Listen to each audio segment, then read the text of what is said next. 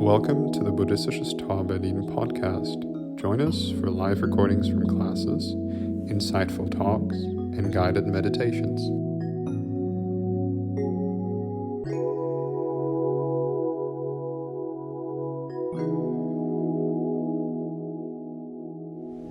Okay, everybody sitting comfortably.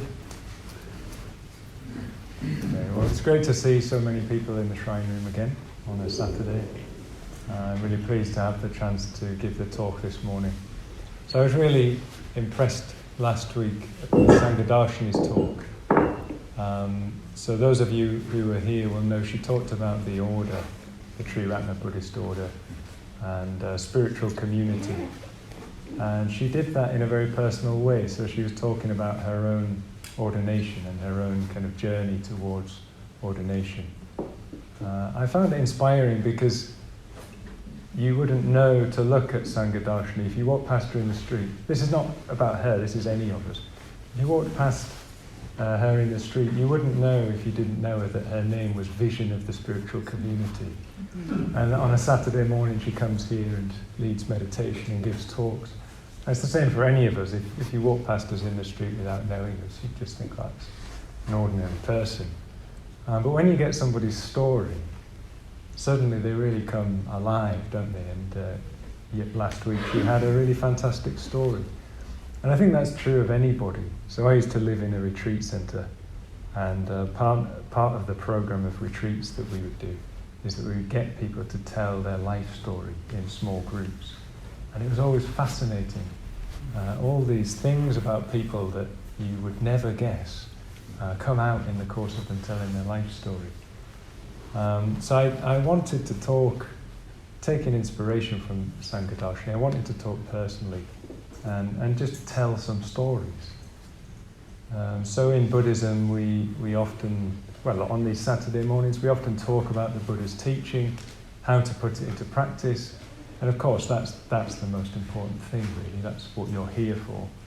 But it's also, I think, very good from time to time just to speak personally and to give an example. What does it look like in somebody's life? So we had that last week. Actually, the Buddha himself was aware of this power of stories.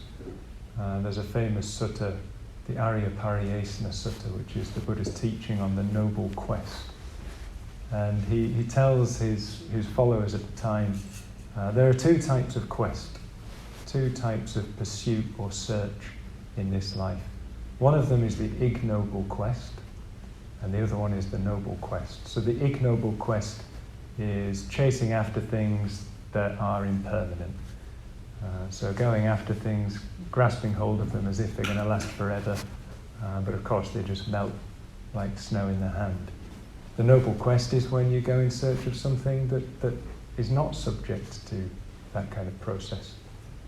He doesn't say what that is, he just says, well, you can go in search of something that's not like that. And then he tells them all his life story.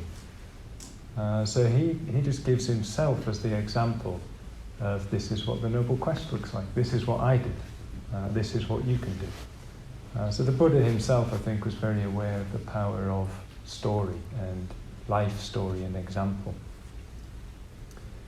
So I want to talk to you this morning about 3 stories. I hope I've got time. If I start talking very quickly, I'm trying to squeeze things in. But I wanted to share 3 stories that have shaped my life. Really, it's going to be 4 stories because I can't avoid talking about myself. I can't just tell the stories. So it's kind of 3/4 stories. For the first one, we have to go back to the 1980s. So I was born in 1983, and when I was about 5 years old, I haven't checked the dates for this, but when I was about 5 years old, I remember my dad took me to the cinema to watch a film called The NeverEnding Story. So I know some of you know it because I just heard chuckles and saw faces light up. If you don't know it, I really recommend you watch The NeverEnding Story, but even better, read the book. So as a 5-year-old child, I didn't know, and didn't care that the film was actually based on a book by an author called Michael Ende, a German author. And they made this into a film in the 80s, which was a blockbuster, and my dad took me to see it. So in case you're not familiar with the story, the NeverEnding Story is about a young boy called Bastian. I think his name is Bastian Balthazar Books, very strange name. And Bastian, he's a bit of a kind of nerdy kid, not very popular, spends all his time reading books, strays into kind of fantasy and daydream easily. His dad keeps telling him, keep your feet on the ground. Stop getting so lost in your fantasy worlds.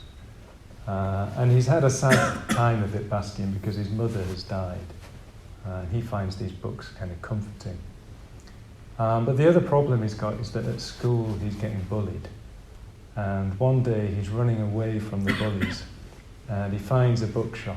So he goes into the bookshop to hide from these bullies. And while he's in the bookshop, he meets the bookshop owner. And the owner of the bookshop is reading this book. And Bastian gets curious and he says, "Oh, what's this book that you're reading?" He says, "Oh, you wouldn't be interested in it. This is a magic book. It's not for children. So just leave it." And then the phone rings and he puts the book down. And Bastian can't resist, so he goes and he steals the book and takes it away with him. And the book is called The NeverEnding Story. He goes back to school. The school has started, so he hides up in the attic and he starts reading this book. And the NeverEnding Story is about a magical land. In the book it's called Fantastica, in the film they call it Fantasia. So I might slip into using both of those. But anyway, the book is about Fantastica. And Fantastica is this great kingdom with rock-eating giants, little tiny human-like figures that ride around on racing snails and other creatures that fly around on bats. So it's kind of this magical kingdom. But there's a really terrible problem in Fantastica. So first of all, the empress who rules the land is sick. And at the same time, there are large swathes, large parts of the kingdom that just keep disappearing into nothing. So Fantastica is being taken over by what they call the nothing. And it's not that things disappear and then there's a kind of hole, because at least that would be something. It's literally nothing. So the nothing is taking over Fantastica. So as often happens in these stories, there's a kind of council meeting to sort it out. And the council decide to charge a young warrior from a tribe that hunt the purple buffalo to go in search, to go on a quest, a noble quest, to find a cure for the childlike empress. So his name is Atreyu, and he goes off on this great quest to try to find a cure for the empress's sickness and to restore the land. I won't go into the whole details. He's getting chased by this kind of werewolf called the Gamork, who's the servant of the Nothing. I was terrified of this creature when I was a kid. Anyway, this is happening, and Atreyu he eventually discovers that the way to cure the empress is to give her a new name. So the empress needs to be given a new name, but she can only be given the name by an earthling child. So he's trying to find an earthling child, but he can't find one anywhere. He's trying to find the boundaries of Fantastica so that he can find an earthling child beyond it. But he gets told that Fantasia has no boundaries. So he thinks he's failed. He goes to the Empress and he says, "I'm really sorry. I know that you need a new name. I can't give you it. Only an earthling child can give you it. And I haven't been able to find one." And she says, "What are you talking about?" She says, "You haven't failed. You've succeeded. He's here. He's been here all along. And his name is Bastian." And Bastian's reading this, and suddenly, so it can't be me, this is just a story. It's not real, it's just a story. And then he reads on, and the Empress is saying, Bastian, say my name. And he just can't bring himself to believe that it's him. He's the hero, potentially, who can save the land. Anyway, eventually he goes for it. He crosses the threshold. He runs to the window of the school, throws it open, and he shouts the name Moonchild. So he gives the Empress this new name, Moonchild. And then suddenly he's transported into this other world. So we'll leave the story there for now, come back to it later. But as a child, I found this like the most amazing, magical story. I was there, you can probably tell just by the way I'm talking about it, that it's sunk in deeply. I was kind of there with every twist and turn in the story. And I think it has shaped my life. I don't think it's an exaggeration to say that story has shaped my life. I wouldn't be sat here talking about it, would I, if that wasn't the case? And I think there were two things. Obviously, I couldn't have articulated this as a kid, but I think the first thing was just the notion that one didn't have to just be ordinary and live an ordinary life. Bastian didn't want to live an ordinary life. There was something in him, a compulsion to step out of the ordinary, humdrum, mundane life.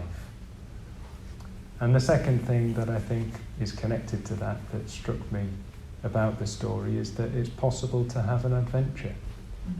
It's possible to be a hero. I really wanted to be a trader. I wanted to hunt purple buffalo and have a bow and arrow and go off on quests and save the land. So I think those themes just sunk in deeply and have somehow shaped my life. I went into all kinds of excursions and quests in my teens and 20s, which I won't go into all the details, but whether it was sport or music, study, romances, there was this sense of being on a quest or having a search for some kind of adventure. And that didn't go too badly. It's been an okay life in some respects. But if we fast forward 20 years till my mid-20s, something like that, that's when I think I can say, to put it poetically, the nothing started to disrupt and even dismantle my life. So the nothing became apparent. There was a problem, let's say. So in my mid-20s, I was studying. I had a whole career path laid out ahead of me, and it just started to feel like I don't want to do that. I could see how it would unfold, and I just wasn't sure I wanted to do it anymore. And I'd spent so many years getting to the position where it was possible that was quite painful. Not sure I want to carry on down this path. I was also in a relationship with someone, so 7-year relationship. That started to break down into nothing. But the kind of worst thing in this period was an increasing awareness of the inevitability, I suppose, let's be honest about it, of death. So I think this had been a theme throughout my life, kind of fear of death. And usually as a kid I might go to my mum and say, I'm really scared about death and everything. She'd just distract me or tell me it would be okay, and then I would carry on, and that's all right, it'd be fine, I'd forget it. But in my mid-20s, I couldn't do that anymore. Couldn't go to mum. And also, there was nothing anybody could say that would kind of take away the fact that, well, it is going to happen. I think since I've revised my view of what death is, but then I definitely saw it as nothing. So death was the end. Lights out, nothing. And I found that terrifying at the time. And I really did think I had something wrong with me. So I was getting these kind of physical tingling sensations in my hands and feet. And I assumed that that was something terrible and was going to doctors, having different tests. Turned out to be fine. There was no obvious cause. But there was a period where I thought, this is it. And I can remember getting up in the morning, and just for a moment I would feel, it's okay. And then I would remember, but there's this thing. And then I'd get this kind of sinking feeling in the stomach. So it was quite depressing. But the good news is I found a way out of that, or I had help to find a way out of that. So I have an amazing friend called John. And I met John when I was studying at university. And he was a colleague there, so he was much older than me, my dad's age. And he was an interesting guy because he was like the IT specialist doing data collection. This was in a history department, so he was kind of the odd one because he did computers and scientific things. But really John's passion was for philosophy, and for philosophy of mind in particular. And we would have these little coffee breaks together, and he just gave me this crash course in philosophy, from the ancient Greeks through to kind of modern philosophical thought. And I just found it amazing, like, wow, this guy, never met anybody like this who can actually talk about life as if he's got some sort of sense of what to do. One day he mentioned Buddhism. He's not a Buddhist, but one day he mentioned Buddhism and how he liked Buddhism because it had an angle on nothing, which he was kind of talking about the Buddhist concept of emptiness or shunyata, but using different language. And I didn't do anything with that at the time, but it definitely planted a seed.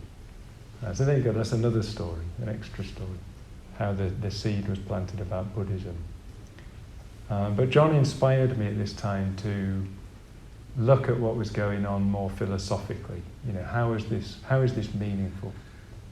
Rather than just being dark and depressing, what's meaningful is. And the other thing John had done is he'd travelled. So he travelled the world, and I started to feel, this is what I need to do. I need to go off and not have a 1-year plan, a 3-year plan, and a 5-year plan that the university I worked for wanted me to have. I just needed no plan, just to go off, one-way ticket. And he inspired me to do that. So I really appreciate his encouragement to just go off and explore.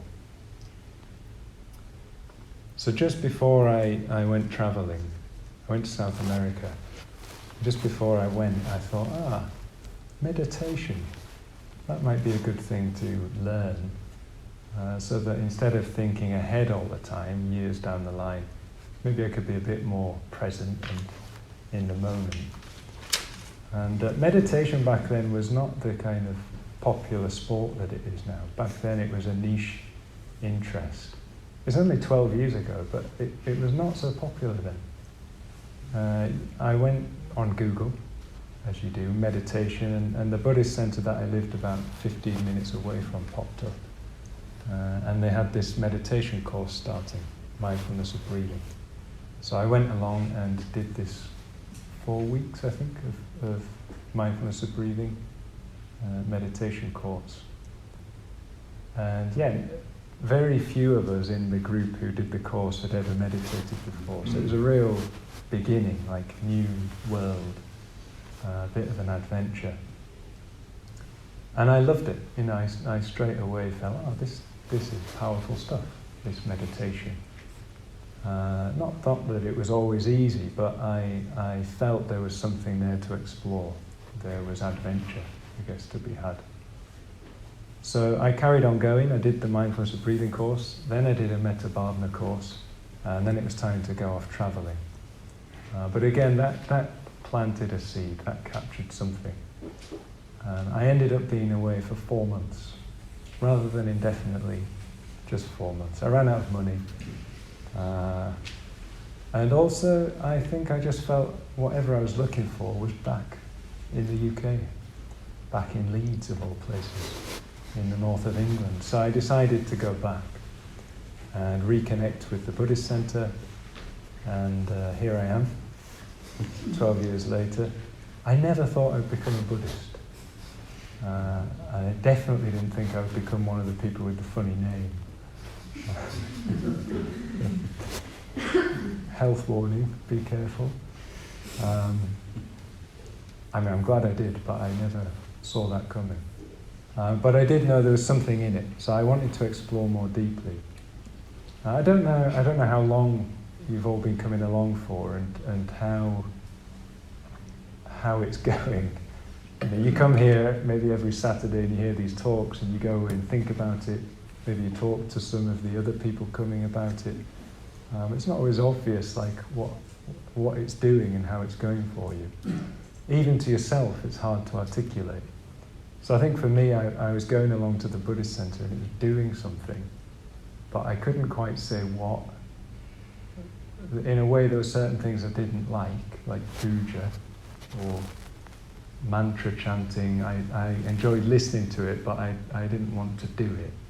So there was sort of resistances. But at the same time, I knew it was the right thing to do. I knew it was good to keep going, so I did keep going. I think what really helped was the second story that I want to share with you, which helped shape that kind of early interest,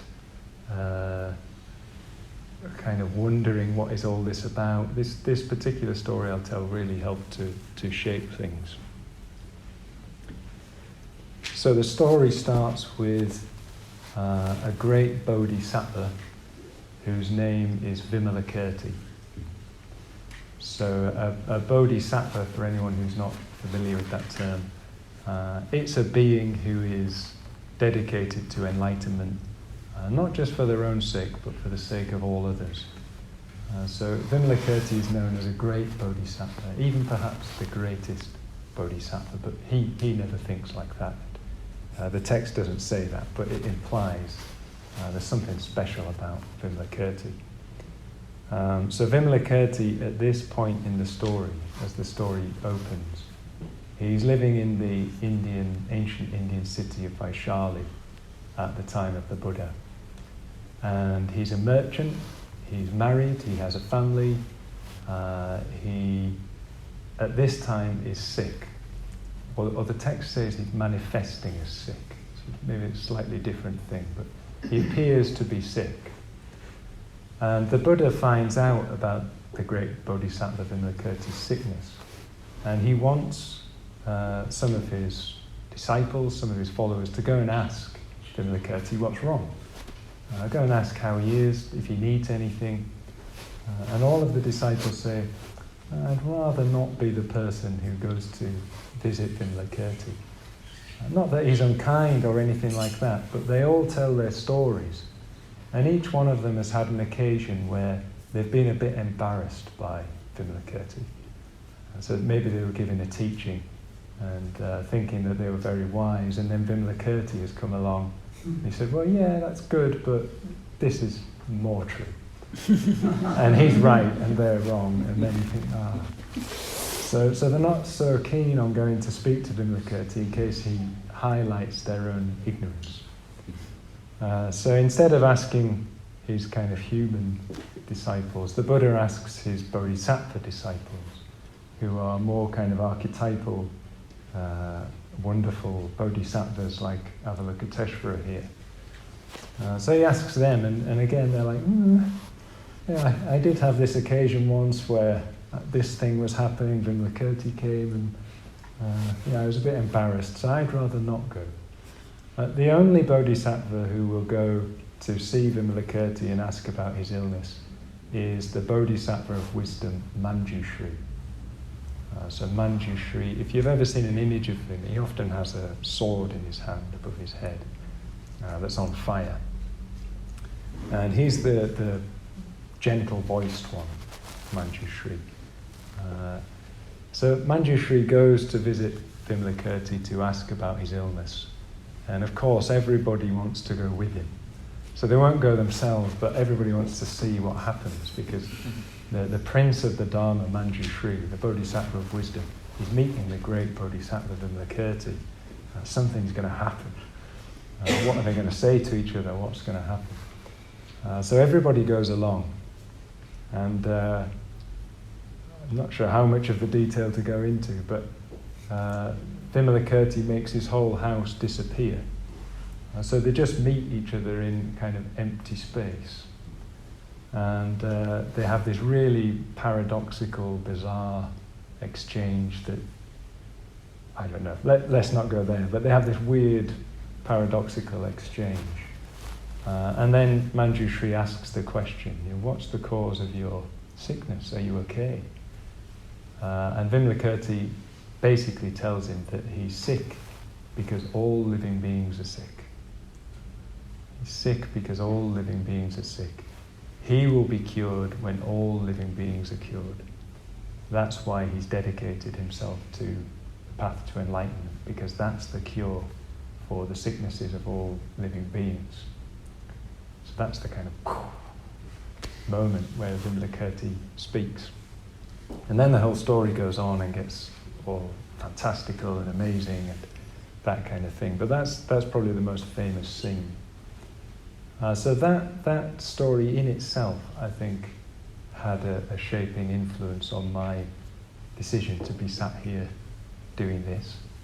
The notion that it was possible to find a cure, to use this metaphor, but also that included all living beings. It wasn't just a self-referential quest. As important as that is, it also included others. But I think what really helped me connect with the story was Sangharakshita's commentary on this part of the Vimalakirti Sutra. So he gave a lecture, I think in the 1980s, something like that, or late 70s. He gave a whole series of lectures on Vimalakirti. And in one of them, he called one of them History versus Myth in Humanity's Quest for Meaning. So history versus myth in humanity's quest for meaning. And he says what the confrontation between Manjushri and Vimalakirti was a confrontation between history and myth. So Vimalakirti represents history. He lives in a particular city, he's got a particular job, he's got a family, he has a particular name. So he belongs, or he is representing, symbolizing historical reality, time and space. Manjushri represents myth. So he represents a realm that is not bound by time and space. So we say he, actually the bodhisattvas have no gender, they're kind of beyond that. They're beyond all opposites. Manjushri is said to be eternally youthful. So he appears in the form of a 16-year-old beautiful Indian youth. So that is hinting at the fact that Manjushri can't be pinned down to time and space. Might manifest in time and space, but can't be pinned down. So you've got this confrontation between history on the one hand and myth on the other. And Sangharakshita says that, well, that's true of everybody. We have a historical reality. There's a historical level to our reality. We've all got a name. We're all in a place. We all have families, friends. We have jobs or study things. So we exist on a kind of historical level. However clever you might get with Buddhist metaphysics, that's still a level of reality. There's a truth to that. There's a relative truth to that. And often, if we just see ourselves as that, that's when we can experience trouble. So if we think of ourselves only as historical beings, that's when we can start to feel crushed. or restricted. Let's just put it like that, restricted. We all know that, don't we? So, oh God, I've got to go to work again on Monday. The days just keep going. I don't have enough time. I don't like my job. My family are annoying me. Whatever it is, we feel the burden of being a time being, being a being that lives in time and space. There's just a kind of burden to that sometimes. What Sangharakshita says in his lecture is that that's why things like stories are so popular. So he quotes Lord of the Rings in that lecture, which is probably a sign of the times he was giving the lecture. So a story like Lord of the Rings is so popular because for a time, while you're reading it, or now we can watch the films, you're transported. So you're no longer in Berlin, 40-year-old guy with grey hair. If you've got grey hair, you're Gandalf. You're in the Shire or in Mordor trying to save the world. So when we encounter a story like that, that's what we're doing. We're actually there. There's a reality to that too. So we can be transported out of the limitations and the restrictions. That's true for all of us. We all have that capacity to imagine and to do that. And to the extent we imagine, we inhabit other kind of planes of existence.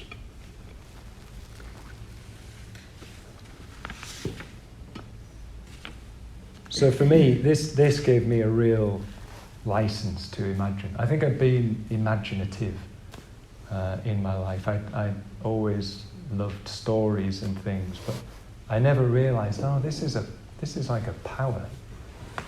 This is a tool. The imagination is actually, something innately human, but something I've overlooked or ignored or thought was unreal and fantasy, just mere fantasy and daydreaming. Actually, there's a power to this. We can actually use the imagination to liberate ourselves from the burden, to liberate ourselves even from suffering. So I got much more interested at that point in images, stories, dreams, all those experiences we have that we can say not quite happening on this sort of level. I think I would say as well that if I were to try to put into words my 12 years as a Buddhist, what has been the thing that has really kind of emerged? It would be the kind of rediscovery of the imagination, the reconnecting with the power of imagination and putting that to the good, both for myself and others. So recognizing myself as an imaginative being, a mythical being, having a mythical dimension to my being. I've got that. I'm confident that is alive, and I am confident it's alive in everybody here. It's what makes us human, our capacity to imagine. And this is quite a different perspective to the one I had before, that I kind of just absorbed from the culture around me. So the kind of common perspective, if you like, a common view that we have these days is much more materialistic. So the nothing for me, death was nothing because the brain would die and therefore consciousness would die. Everything would just become nothing, which was not even something, it was just nothing. That's the kind of predominant world view, I think, that we have now, a kind of sea of materialism. But this challenges that. Seeing ourselves as imaginative, mythical beings challenges that view. So Michael Ender, who wrote the NeverEnding Story, he's regarded as a children's author. He said, I don't write for children. He said, I write for adults who have lost the power to imagine. So he wanted to reawaken the imaginations of adults. That was his intention. Okay, so that story helped me, Vimalakirti, Manjushri, to reconnect with imagination and to see that what I was doing as a Buddhist was an act of imagination, recognizing that I wasn't stuck. I wasn't just a material entity. I was a human being with an imagination. I think that was probably my bastion moment on the threshold. Am I going to keep resisting, or am I just going to step forward and shout the Empress's new name? I think this connection with this story helped me step over the threshold. Say, okay, I'm a Buddhist. Then I got a new name, funnily enough, not just the Empress. Okay, so I'm doing well with time. One more story to go.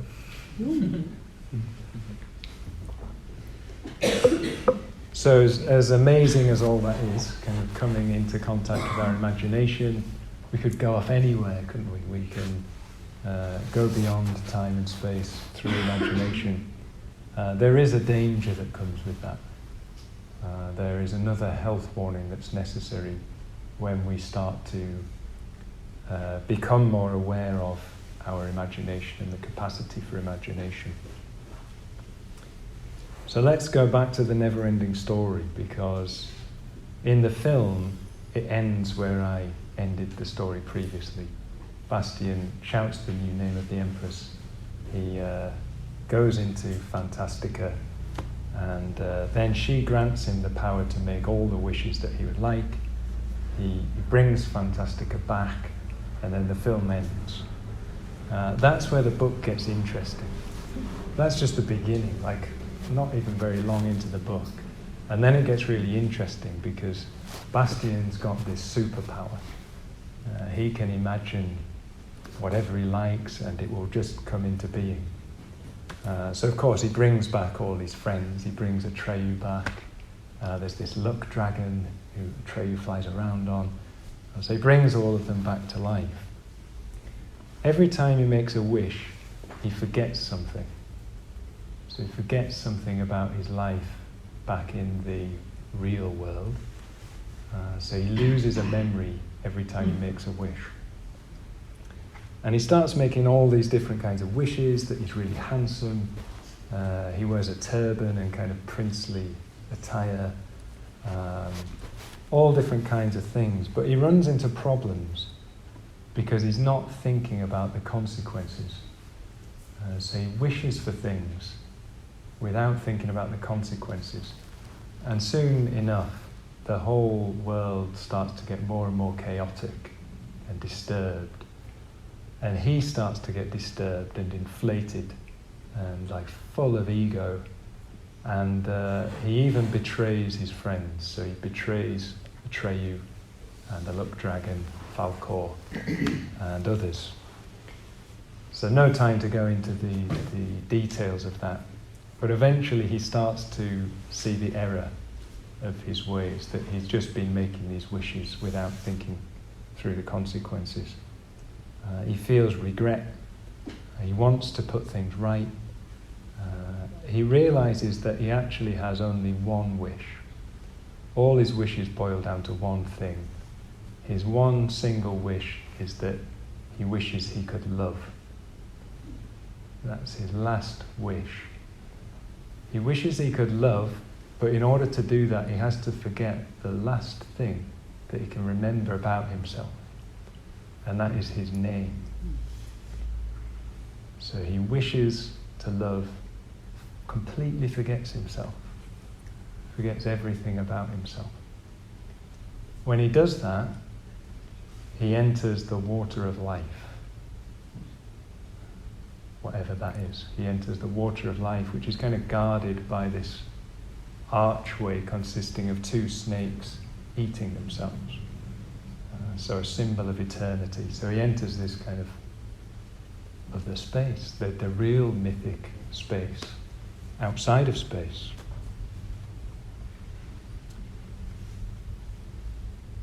So that's nearly the end of the book.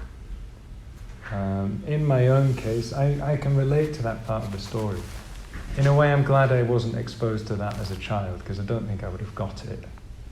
But revisiting the story as an adult and as a Buddhist, I thought, there's a deep wisdom in this story. This whole thing of Bastian not seeing the consequences of his actions, it's a sort of abuse of imagination. It's not creative use of imagination, it's based on him, and it's self-referential. And his desire to love is expressive of how imagination has to be used to go beyond oneself and one's own self-concerns. So in my own case, I don't think, I'm going to stick my neck out and say I don't think I've been guilty of the megalomania that Bastian displays in the NeverEnding Story. But obviously there's still behaviour. Just because I'm a Buddhist and just because I'm an order member doesn't mean I don't act unskillfully on quite regular occasions.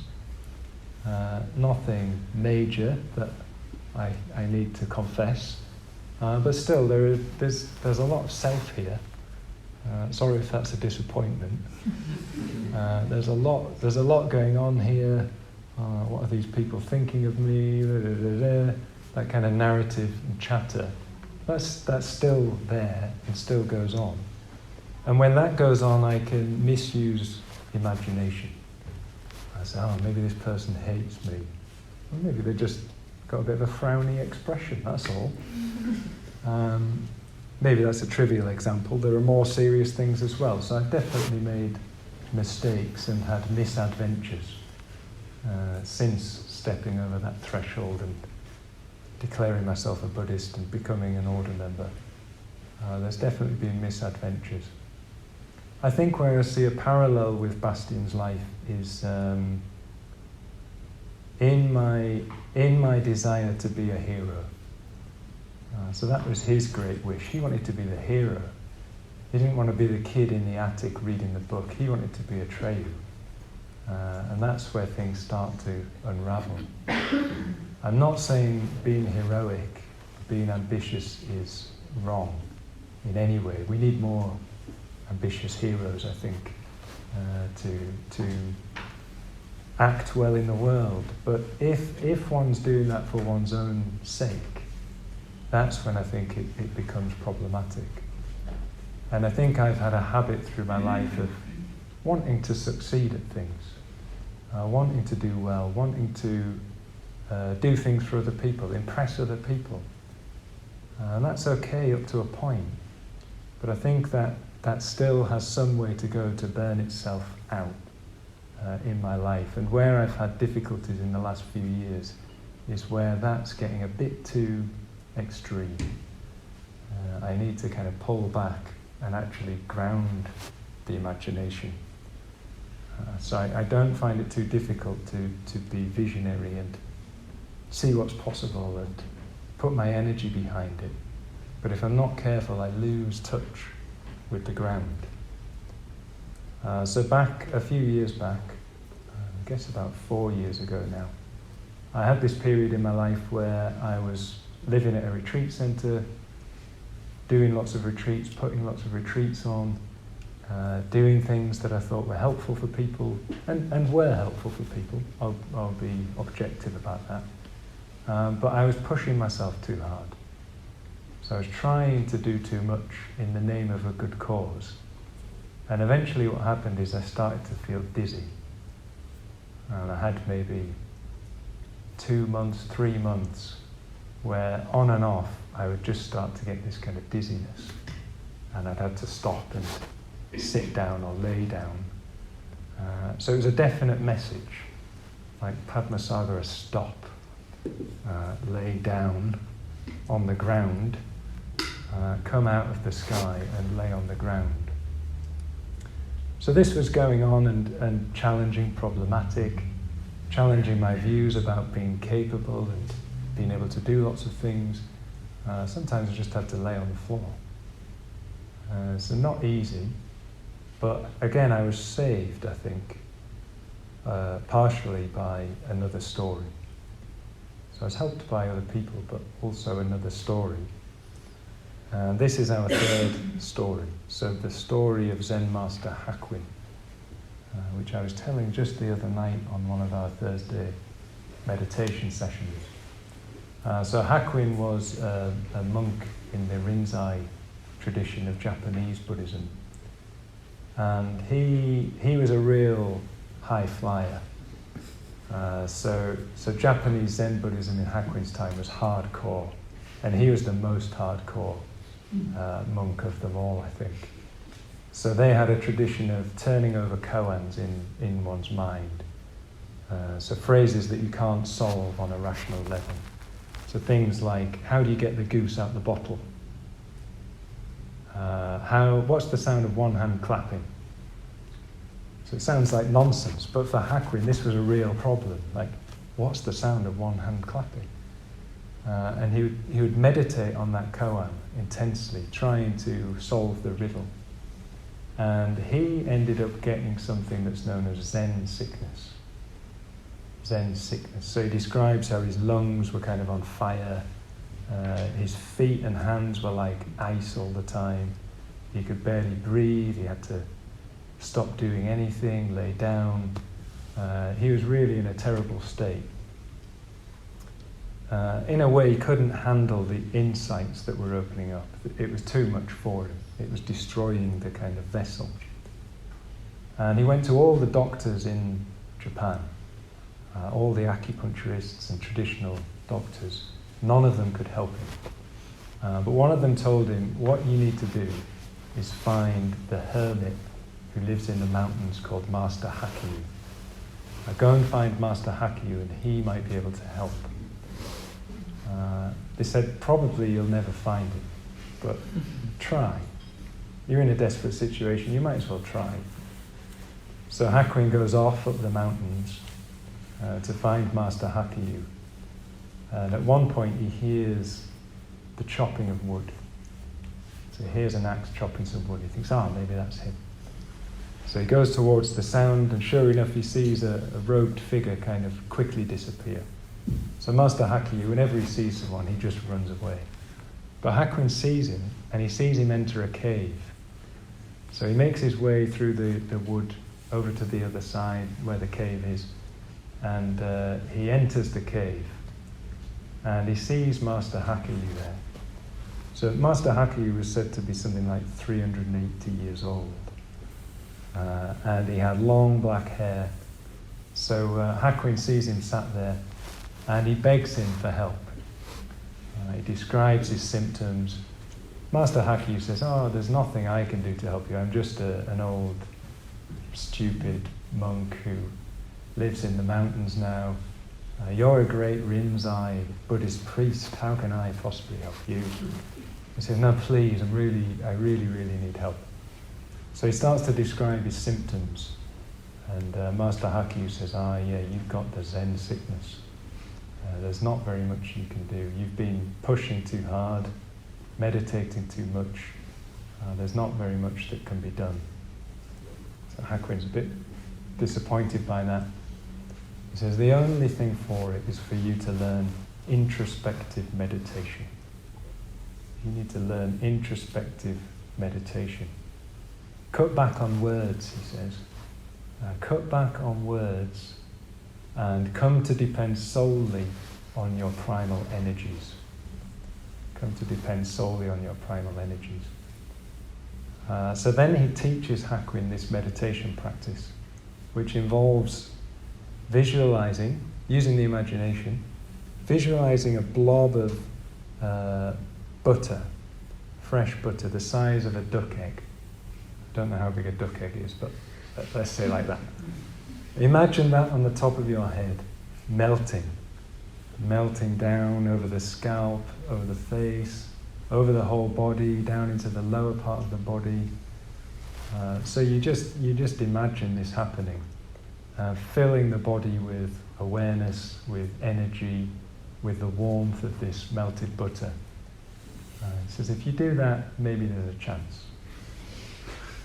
So Hakuin goes off and he tries the practice, and sure enough, he's cured. And he passes on this teaching to his disciples, those who come after him. And it's said that in the Rinzai tradition, this might still be a practice. I've never met anybody who does it. Anyway, I'm getting carried away, as you can see. I found that story really inspiring at the time, because I started to really prioritize coming into the body, coming into contact with the primal energy, as Master Hakuin says. So yes, we need vision, imagination of what's possible, imagining ourselves out of the ordinary and mundane. We're not just historical, we're also mythic and imaginal. But we can't get lost in imagination and myth. So this is one of Sangharakshita's teachings in that lecture, History versus Myth. It says it's not that you opt for myth and get rid of history. You can't. You exist in both all the time. So what you need to do is bring about a marriage of history and myth. Bring the two together. So Hakuin was getting lost in vision. He needed to come back down to earth, not losing the vision, but coming back down to earth, so that the vision was expressed, could be expressed in his own being and to other people. So I still today find that particularly inspiring and trying to practice that. So even sitting here talking, I've been trying to keep my feet on the ground, be aware of what's happening in the feet and other things, so that there is this blending of both vision and, if you like, body. I remember coming across this great quote that it's not that we need to spiritualize the material, we also need to materialize the spirit. So finding this curious blend, and I think the water of life is found in that marriage, in that mysterious in-between that is also somehow above and beyond. And that's also the message of the NeverEnding Story. So Bastian comes back, doesn't stay in Fantastica, he comes back, he's reunited with his father. He even goes to take the book back, but then the book disappears. So the book is lost, and he goes to the bookshop owner and confesses that he'd stolen it. And then the bookshop owner, so quite a curious character, but he tells him that the NeverEnding Story will be found by somebody else, and that there are actually many ways to get to Fantastica. You don't just need the NeverEnding Story.